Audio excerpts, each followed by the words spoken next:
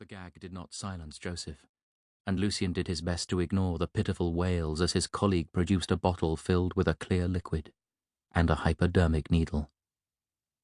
Lysergic acid diethylamide, he observed, although Lucien knew perfectly well what it was.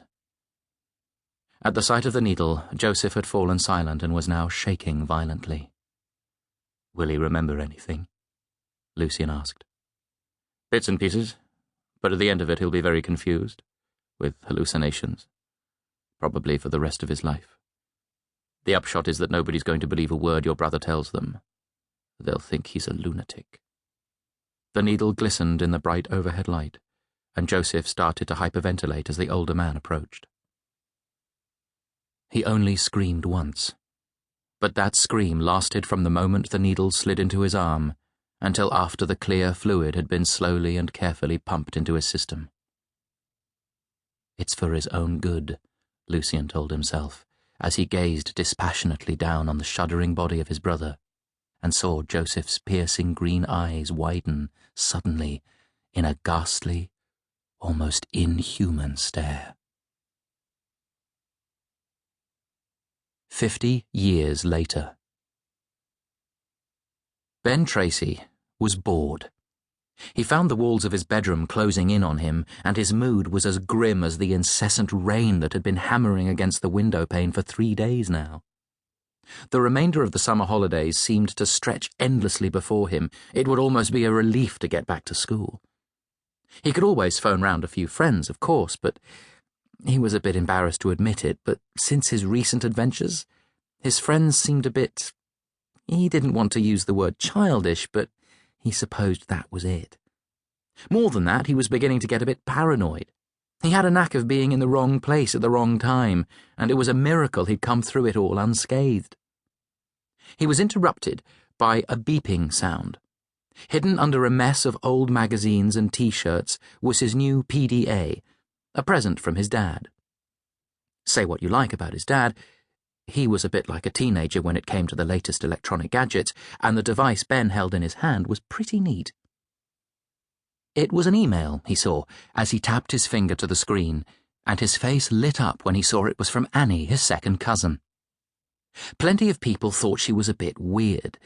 Truth to tell, she was, but that didn't mean she wasn't good company. Her father, James McPherson, was an air commodore in the RAF. Annie adored him, and as a result she was obsessed with all things military. She could tell you the spec of any plane you cared to show her. She knew more about guns than anybody Ben had ever met, and she was an expert at Taekwondo.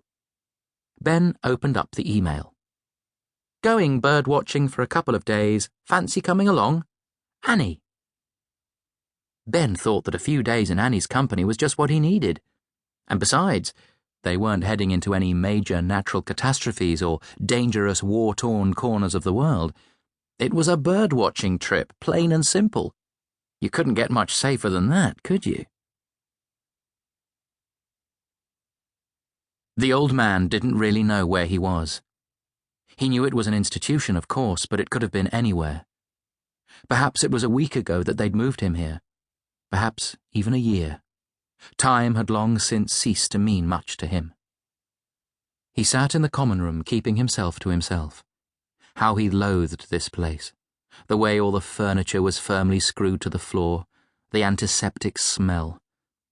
His face expressed all that loathing, the steeliness around his green eyes interrupted only by the occasional twitch of his left cheek, a nervous tic that had been with him since he was a young man. But he couldn't stay in his room all day. "Enough to drive you mad," he would joke to the nurses, who always seemed uncomfortable with his sense of humour. The television was blaring in the corner, and 5 or 6 other inmates were staring at it intently. Everyone else called them patients, but he preferred to think of them as inmates, because that's what they were. Days just merged into one for him now. He would be woken at 7 o'clock with his daily cocktail of medicines, then left to his own devices. Most days he would read in the morning scientific journals from the hospital library.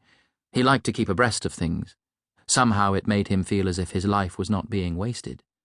In the afternoon he would sleep. The drugs made him tired. Sometimes he would have